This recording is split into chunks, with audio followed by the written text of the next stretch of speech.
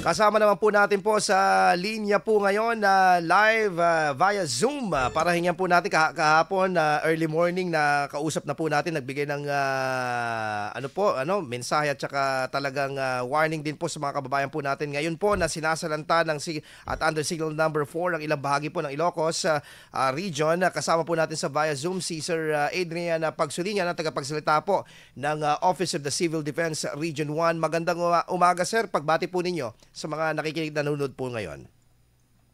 Okay sir, magandang umaga po sa ating lahat po, lalong-lalo na sa mga taga-subaybay at tagapakinig po natin dito sa IFM News Dagupan. Good morning po sa ating lahat. Apo, thank you po. Nagiging regular po tayo sa mga ganitong mga pagkakataon. Sir, ano na po ba ang sitwasyon po ngayon dito po sa Ilocos Region? Ngayong may nakataas po na babala bilang 4 sa ilang bahagi po ng ating pong rehiyon. Yes sir, sa ngayon po base po sa ating pong latest na monitoring and base din po sa monitoring natin kagabi, ang areas po na nakaranas po ng malakas po na bugso ng hangin and then moderate to at times heavy rains lang po sa may portion po ng Ilocos Norte and then dun sa northern most portion po ng Ilocos Sur. Samantalang sa natitirang bahagi naman po ng Region 1, nakaranas lang po nung pabugso-bugsong hangin and then light to moderate rains po. And as of now, sir, may data na po tayo sa mga affected po natin ng population. So sa ngayon, sir, umabot po ng 1,197 po na pamilya yung apektadong populasyon po natin dito sa Region 1. Katumbas po nito ay 3,409 po na individual yung lumikas na po sa kanilang mga areas. And then sa 3,409 po na individual, may 522 po na individual yung nasa loob po ng mga evacuation centers. And then sa preemptive evacuation naman po, sumunod po ang ating mga kababayan sa patuloy po natin na panawagan sa kanila na mag-preemptive evacuation. So sa ngayon sir, may 334 po tayo na pamilya sa Ilocos Norte at dyan po, dito po sa may La Union po, sa may munisipyo po ng Bangar, yung nag-conduct po ng preemptive evacuation. Ay, ano po yung expected po dito po na taas ng alon po dahil po sa storm surge po natin po, mga gale warning na inilabas po ng DOST Pag-asa, Sir Adrian? Yes sir, so dahil nga po sa inilabas po ng mga gale warning advisory, storm surge advisory po na inilabas po ng ating DOST Pag-asa, inaasahan po natin yung matataas po na alon po na umabot po ng 4 to 5 meters po yung taas po ng alon po, and then yung malakas po din na paghangin po sa coastal areas po ng Region 1 sir. Specifically po sa Ilocos Norte, Ilocos Sur, La Union, and sa Pangasinan din po sir. Opo. We're also concerned, sir, doon po sa bigat po o dami, volume ng tubig, ulan na pwedeng dalhin po nitong si Bagyong Marce. Meron po ba tayo, ilang millimeters po itong in-expect po natin in a different areas po natin po na base doon po sa babala na meron po sila? Yes sir, so dun sa level po ng tubig na maaaring dalhin po or yung maidulot po ni Bagyong Marce po sa atin dito sa Region 1, maaaring umabot po ng 100 to 200 millimeters po yung level po ng tubig po na maaaring ibagsak po ni Bagyong Marce sa may portion po ng Ilocos Norte at Ilocos Sur. Samantalang sa La Union naman po ay maaaring makaranas po ng 50 to 100 millimeters po na bagsak po ng tubig po sa probinsya ng La Union. Apo. May mga minomonitor na po ba kayo ng mga kailugan ngayon sa Ilocos region na into critical level na po ngayon ang tubig o wala pa naman po? So ngayon sir, wala pa naman pong river systems po dito sa Region 1 na major river systems po na umaabot na po sa critical level. However sir, may mga minomonitor po tayo ng mga maliliit po na river systems po sa may Sarat and Adams po sa Ilocos Norte, yung maaaring mag-swell na po kasi nasa critical level na din po yung mga river systems po na yun sir sa Ilocos Norte po. So all roads naman po bukas, wala namang not passable?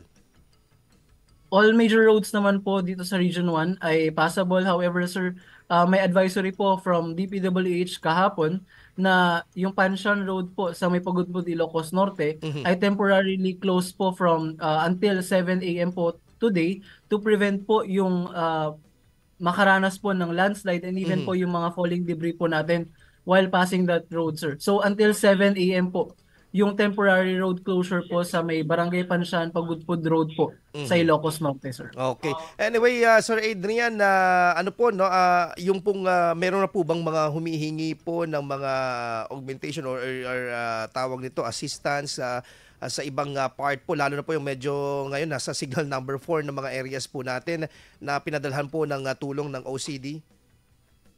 Sa ngayon, sir, wala pa naman pong mga local government units po na humingi po ng augmentation sa atin po dito sa Office of Civil Defense, ganoon din po sa RDRMC 1. However, sir, constant po yung komunikasyon po natin sa kanila Mhm. na kung kakailanganin po nilang ng augmentation or even any kinds of assistance po na kakailangan po nila para magresponde and makapag-provide po ng assistance po sa ating mga kababayan, ay pinapayuhan po natin sila na magsabi agad po Mhm. dito po sa ating dito sa Emergency Operations Center nang sa gayon po ay ma-providean po natin ng angkop po na assistance and augmentation po. Mm. May ano po ba, pwede makibalita po kami dahil kanina ano ko nga lang, isa sa tinatalakay po namin dito na pag-amin nga ng gobyerno na ubos na yung quick response funds po ng ilang ahensya, particularly ng DSWD.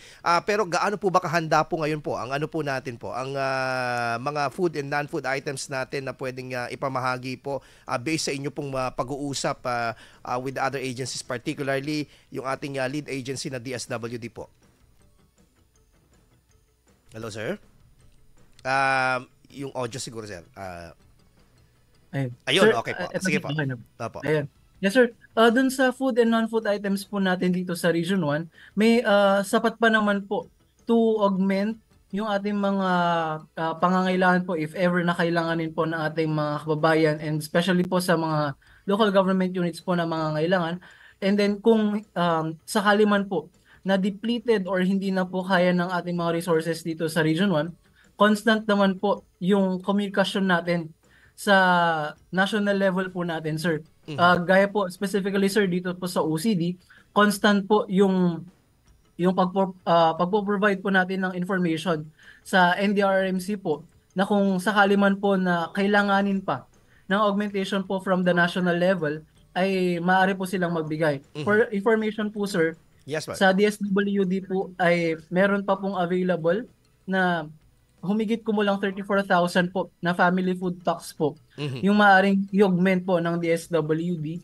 Sa OCD naman po may 2.7 million worth pa po na non-food items po or relief items na maaring ibigay po na if ever kailanganin ng augmentation Mhm. from the regional line agency. And then sa DOH naman po may sapat pa naman po na mga iba't ibang medical assistance po na pwede po nilang ibigay sa ating mga Mhm. kababayan po na Okay. mga kailangan po ng tulong po from the regional line Mhm. agencies. Yeah, good to know po yun, Sir Adrian. Mapunta naman po kami sa mga suspension po. May mga nadagdag po ba?